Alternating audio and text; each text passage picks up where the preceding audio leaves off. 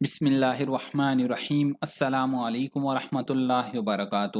دوستو، ہمارے ہاں عموماً حسن و خوبصورتی کے لیے مختلف اقسام کی بازاری چیزوں پر انحصار کیا جاتا ہے، جس کی وجہ سے چہرہ دلکشی کے چند مناظر دکھانے کے بعد مختلف عوارض میں مبتلا ہو جاتا ہے۔ کیونکہ حسن و زیبائش کے لیے استعمال ہونے والی یہ کاسمیٹکس اشیاء عموماً کیمیائی اجزاء سے تیار کی جاتی ہیں، اس لیے زیادہ تر غیر معیاری ثابت ہوتی ہیں، جن کی وجہ سے شروع میں تو چہرہ دلکش نظر آتا ہے، لیکن آہستہ آہستہ چہرہ مختلف بیماریوں کا مسکن بن جاتا ہے۔ حقیقت تو یہ ہے کہ آج سے 2-3 اشرے قبل ہمارے ہاں ایسی بازاری کاسمیٹکس کا کوئی رجحان نہیں تھا۔ خواتین اپنے چہرے کی دلکشی کے لیے قدرتی اجزاء سے بنی اشیاء ہی استعمال کرتی تھیں، اور ان قدرتی اشیاء کے استعمال سے ان کا چہرہ صاف، شفاف اور تر و تازہ رہتا تھا۔ انہی اشیاء میں سے عرق گلاب بھی شامل ہے۔ عرق گلاب کو پینے اور لگانے دونوں طرح سے بہت سے فوائد حاصل ہوتے ہیں۔ عرق گلاب پینے سے قبض دور ہو جاتی ہے اور یہ انتڑیوں کو جراثیم سے پاک کر دیتا ہے۔ گویا عرق گلاب حسن اور صحت کا ایسا مظہر ہے جس کے اندر قدرت نے انسانوں کے لیے شفا رکھی ہے۔ عرق گلاب جلدی امراض کے علاوہ جسم انسانی کے دیگر اعضاء کے لیے بھی کارآمد دوا کی حیثیت رکھتا ہے۔ جو خواتین حسن و زیبائش اور خصوصاً جلدی امراض سے محفوظ رہنے کے لیے عرق گلاب اور لیمو کا رس استعمال کرتی رہی ہیں، انہیں یہ جان کر مزید اطمینان ہوگا کہ جدید طب نے ان دونوں چیزوں کو دلکشی اور جلد کی صحت کا امین قرار دیا ہے۔ تو آج کی اس ویڈیو میں ہم آپ کو بتائیں گے کہ عرق گلاب انسانی صحت اور جلد کو تندرست رکھنے کے لیے کیسے مددگار ثابت ہوتا ہے۔ تو آگے بڑھنے سے قبل آپ سے گزارش ہے کہ اس ویڈیو کو لائک کریں، اور اگر ابھی تک آپ ہمارے چینل اردو لیب کا حصہ نہیں بنے تو اردو لیب کو سبسکرائب کر کے گھنٹی کا بٹن ضرور دبا دیں۔ نمبر 1، جلد۔ عرق گلاب انسانی جلد کے لیے ایک گوہر نایاب ہے، اور جلدی امراض کے ماہر اسے متعدد بیماریوں میں استعمال کرواتے ہیں۔ عرق گلاب جلد کی قوت مدافعت بڑھانے کے ساتھ ساتھ جلد میں پانی کی صحیح مقدار قائم رکھنے میں مددگار ثابت ہوتا ہے۔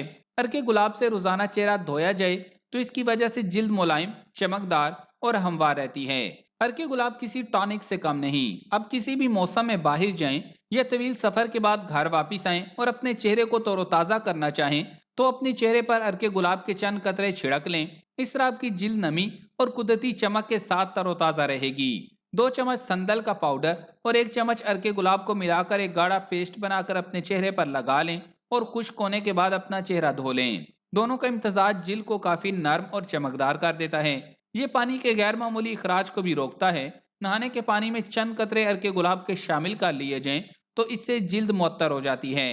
سردیوں میں بچوں کے چہرے پر عموماً سفید اور کھردرے نشان سے بن جاتے ہیں، جن کو عموماً کیلشیم کی کمی سمجھا جاتا ہے، حالانکہ یہ خیال بالکل غلط ہے۔ یہ نشان سبوسا کہلاتے ہیں اور انگلش میں انہیں پیٹی رائسز البا کہتے ہیں۔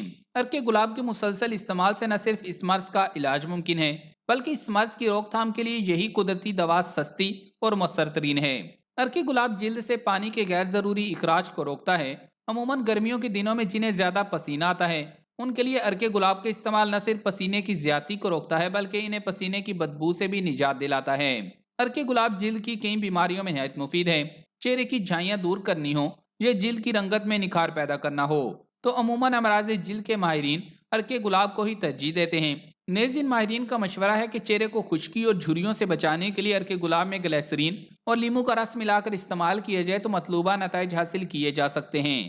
گھریلو خواتین جن کے ہاتھوں کی انگلیاں کپڑے اور برتن دھونے والے صابن صرف کے استعمال سے کھردری ہو کر پھٹ جاتی ہوں اور ان میں زخم بن جاتے ہوں تو اگر وہ گلیسرین اور عرق گلاب ملا کر دن میں 3 سے 4 مرتبہ استعمال کریں تو اس موذی مرض سے بچا جا سکتا ہے۔